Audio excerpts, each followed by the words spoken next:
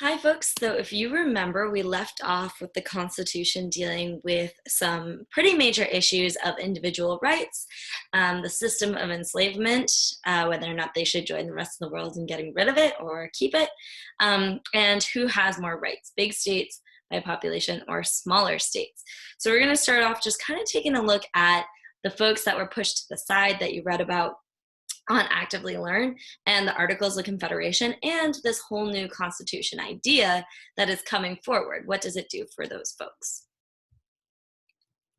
American Indians who fought for the British, burning their villages and enslaving prisoners contrary to the accepted rules of war. And if the American Revolution was really about, as Thomas Jefferson would have it, the inalienable rights of life, liberty, and the pursuit of happiness, then the Indians were definitely the losers because they didn't get any of those rights. So we know slaves and Native Americans didn't get much out of the Revolutionary War. How did it go for women? Yeah, not great. Some colonial women fought in the war. Deborah Sampson dressed as a man and fought at several battles, once even pulling a bullet out of her own leg. But women didn't get much out of the revolution. They were basically still considered wards of their husbands, or if they were unmarried, saleable assets of their fathers. However, the idea of Republican motherhood became really important. It held that for the Republic to survive, it was necessary to have a well-educated citizenry. And since women were the primary educators, they themselves needed to be educated so they could, to quote founding father Benjamin Rush, instruct their sons in the principles of liberty and government, but not vote or own property. So the war didn't end slavery, it didn't much change the roles of women, and it didn't displace the elite land-owning, pasty white guy leadership of America. So what was revolutionary? Well, the ideas. All right, so that kind of gives us a little bit of background with what was coming out of this as far as who was having a revolutionary life-changing experience and who was not. What I do want to talk about is the Great Compromise, which is going to eventually lead to our Constitution, which at least gives a revolutionary process for change. So the Great Compromise, we had the Virginia Plan and the New Jersey Plan. And so the Connecticut Plan is the Great Compromise. So it takes a little bit from the Virginia Plan. It creates two houses of legislature, which we call today House of Representatives. The state representation in Congress will be based off of population. All revenue laws concerning spending and taxes will begin in this house. And then the Senate. The Senate, there's 2 votes per state. All states get equal. That kind of goes back to the New Jersey plan. State legislatures would elect senators. The larger states would have an advantage in the House of Representatives, where representation would be based on population. The smaller states would be protected in the Senate, where each Senate would have equal representation. So, for example, Nevada has 3 representatives in the House. California has 53 representatives in the House of House of Representatives. But in the Senate, Nevada and California are on equal grounds because each only has 2 to vote. So another compromise that came up was this way to avoid talking about enslavement. You saw when you were taking a look at what the Founding Fathers what they thought was an issue, what wasn't an issue around the system of enslavement, is something called the 3/5 Compromise. Perhaps you've heard of it before. So how do you figure out the number of legislatures in each state? Do you include enslaved people even though they don't have the right to vote, or do you not include them at all? Sorry, Miss Sawyer's popping up there. Of course, the South wants to include enslaved people. This was one of the few times the South wants to include the enslaved people, because almost 1/3 of the people in the southern states are enslaved African Americans. It would make them more powerful. The North doesn't want to include enslaved people at all because it would give the South too much power in the House of Representatives.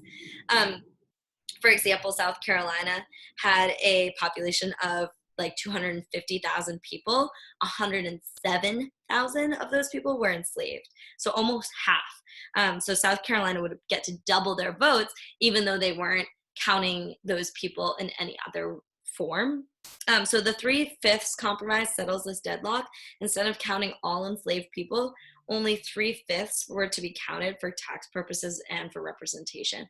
So they're literally here codifying, putting into law this idea that an enslaved person is not a full person.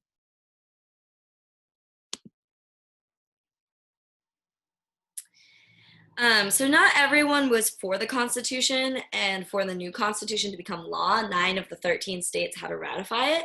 So there's two factions. There's the Federalist and the Anti-Federalist.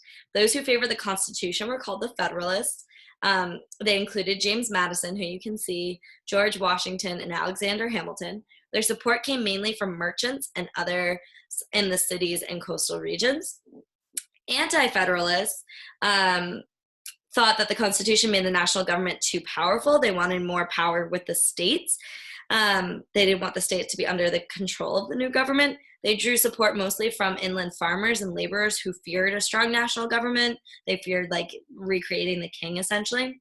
They fought against the Constitution. Their biggest supporter was Patrick Henry, who you can see over on the right there. The Anti-Federalists criticized the Constitution for having been drafted in secret. They claimed the document was extra legal, not sanctioned by law, because Congress authorized the convention to only be to revise the old Articles of Confederation. They also argued that the Constitution took important powers from the states. The Anti-Federalists' strongest argument, however, was that the Constitution lacked a Bill of Rights. That the convention had, in fact, considered adding this kind of bill, but in their discussions, they concluded it wasn't necessary to have a Bill of Rights because the Constitution didn't authorize the government. The Constitution did not authorize the government to violate the rights of the people. The Federalists argued that without a strong national government, anarchy or political disorder would win. They claimed that only a strong national government would protect the nation from enemies abroad and solve the country's internal problems. The Federalists argued that 8 states already had bills in their states' constitutions, like Bill of Rights in their constitutions. Eventually, however, the Federalists promised to add a Bill of Rights. So the Federalist Papers were essays written to urge delegates to ratify the Constitution. A lot of propaganda around, please make this happen. And then again, they had to like compromise to allow the Bill of Rights. The proposed US Constitution had no guarantees. So some supporters of the Constitution, such as Thomas Jefferson, viewed the Constitution's lack of Bill of Rights as a serious drawback. So well, Anti-Federalists argued that since the Constitution weakened the states, the people needed a Bill of Rights. So they're like, fine, if you're going to take those power from the states, you need to make a Bill of Rights. They wanted written guarantees, like you need to promise that there's freedom of speech, of press, and religion. They demanded assurance of the right to bear arms. The Federalists argued that the Constitution only granted limited powers to the national government, so it couldn't violate rights of states or of the people. They also point out that the Constitution gave the people the power to protect their rights, the election of trustworthy leaders. They ended up yielding, but that's kind of an interesting idea that they were like, oh no, like the federal government won't really come into states that much, whereas today we see the federal government in the states quite a bit. So, ratifying of the Constitution. So, Delaware, New Jersey, and Connecticut ratify quickly. These are small states who can benefit of being part of a bigger country. Georgia ratifies quickly because they fear war with the Native Americans and could use the backing of the national government. Pennsylvania, Massachusetts, they narrowly vote to ratify. Maryland, South Carolina follow. New Hampshire has a delayed vote until the Federalists knew they had victory. Everyone knew the nation would not succeed without the backing of the most popular states of Virginia and New York. So real celebrations don't begin until the 4th, when that actually happens. Rhode Island was always paranoid that a strong national government would destroy their independence. Plus, they issued a lot of paper money, and they didn't want the currency to be from the federal government. So they didn't even send delegates, but the rest of the nation voted in. They were kind of like, well, shoot, like we're so tiny, we can't not vote this in. So the Federalists won, and for a few reasons. The articles had serious problems. Remember Shays' Rebellion? Like people were like, what do you mean you're going to try to collect taxes? The Federalists had a specific plan. They had the Constitution. The Anti-Federalists were just like, no, we don't like it. The Federalists were really well organized. They wrote all these propaganda pieces. They compromised with the Bill of Rights. And they also had the very last piece, which was George Washington. George Washington was seen as a national hero. People would follow him. So he had a lot of trust. The Federalists had leaders who people trusted. He was a war hero. He was a farmer. He was a leader. He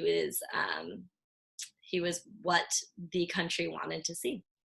So we're going to stop here. And the next thing we'll look at is the organization of the Constitution. And we'll dive deeper into the Bill of Rights.